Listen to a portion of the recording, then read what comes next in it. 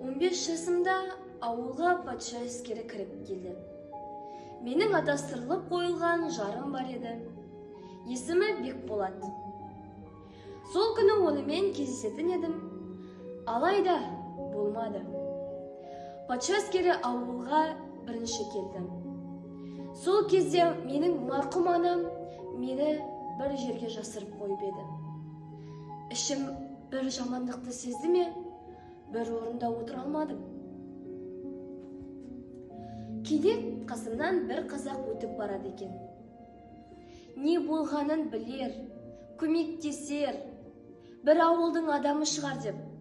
«Ағатай, көмектесіңіз! Ағатай, көмектесіңіз!» деп жалбарындым. Алайда менің әкеме өші бар мұқаш екен. Бұрындары ағама ары жазып қойдырмаған ба, сондай бірдеңесі бар, оны білмеймін.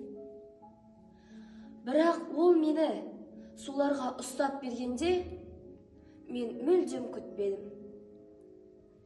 Мейлі, әкеме өші бар болса да, ағама реніші болса да, менің кінәм жоқ еді. Патша әскері менің жылап, қарсыласқаныма қарамай, алып кетті. Уақыт өтті. Мен ауылға аман есен келдім. Бірақ та ауылдың адамдары менің өсектің астына алды. Мені кәпірдің астында қалды. Жүргіш, салдақы деп, неше түрлі сөзбен балағаттады. Мен үшін жанын берген анам ол кезде болмады.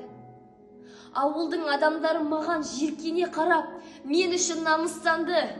Бірақ нағыз ұят пен ар намыстың қайда екенін білесіз бе? Өз қызы мен өз қарындасын, әйелін қорғай алмаған сол кісілердің мойнында. Мен үшін жанын берген сонда шешем ғана. Әйел болса да, бұны ешкім елемеді, айтпады да, айтқысы да келмейтін шығар. Бәлкім, іштей сезіп, өздерінің ар ұяты мен мазаламас үшін мені кемсіту оларға оңайырақ болар. Өмірден қатты түңілдім. Сүйенер адамым қалмады. Не үшін өмір сүріп жүргенімді білмеймін.